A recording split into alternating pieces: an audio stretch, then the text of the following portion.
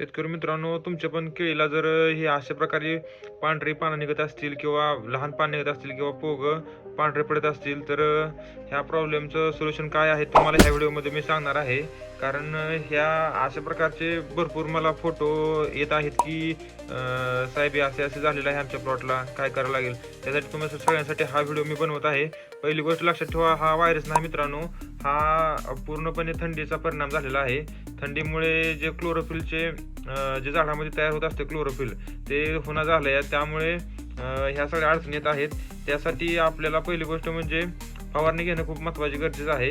त्यामध्ये आपण काय करा माहिती आहे शेतकरी मित्रांनो, पहिल्यांदा त्यात मॅग्नेशियम सल्फेट पंपाला 100 ग्रॅम, त्यामध्ये चिलेटेड फेरस पंपाला 20 ग्रॅम, त्यामध्ये SRP ज्यामध्ये सिलिकॉन असते थोडक्यात, SRP पंपाला 40 ग्रॅम, अशा प्रकारे एक फवारणी घ्या.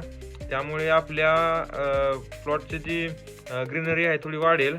आणि त्यामध्ये विशेष मध्ये 13-0-45 टाका. थोडं तर नायट्रोजन गेला पाहिजे शेतकरी मित्रांनो. बरेच जण व्हिडिओमध्ये किंवा बरेच साहेबांचे असं म्हणणे येते की नायट्रोजन देऊ नका, पण नायट्रोजन गेला तरच आपलं क्लोरोफिलचं जे क्लोरोफिल तयार होणार आहे.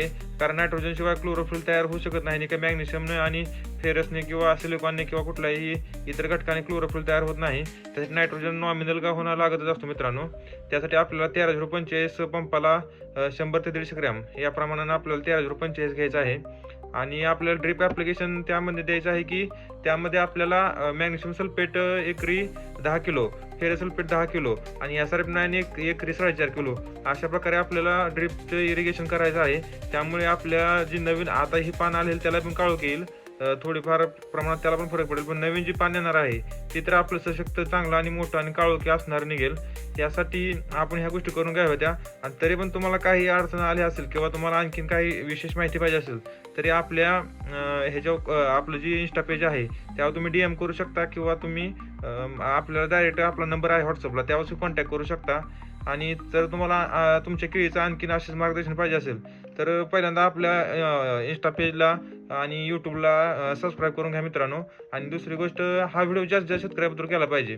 कारण बऱ्याच शेतकऱ्याला वाटतंय की हा व्हायरस आहे, त्यासाठी शेतकरी व्हायरसच्या फवारणी घेते, कीटकनाशक मारते, व्हायरसचे औषध मारते. ही उपयोगाचं नाही मित्रांनो. आपल्याला जी मी फवारणी दिलेली आहे ती खूपच रिझल्ट देणार आहे. कारण आम्ही 1-2 प्लॉटला तर चालवलं बघितलं आहे. कारण ही गोष्ट काही दिवसाची नाही, 2-3 दिवसापूर्वी जास्त अटॅक झालेला आहे. तर ह्या गोष्टी आम्ही बघितलं आहे, फरक पडतोय मित्रांनो. त्यासाठी मी सांगितल्याप्रमाणे ही एक शेड्यूल करून घ्या, तुमच्या प्लॉटला चांगला फरक पडेल. धन्यवाद मित्रांनो. हा व्हिडिओ शेअर करायला विसरू नका. धन्यवाद.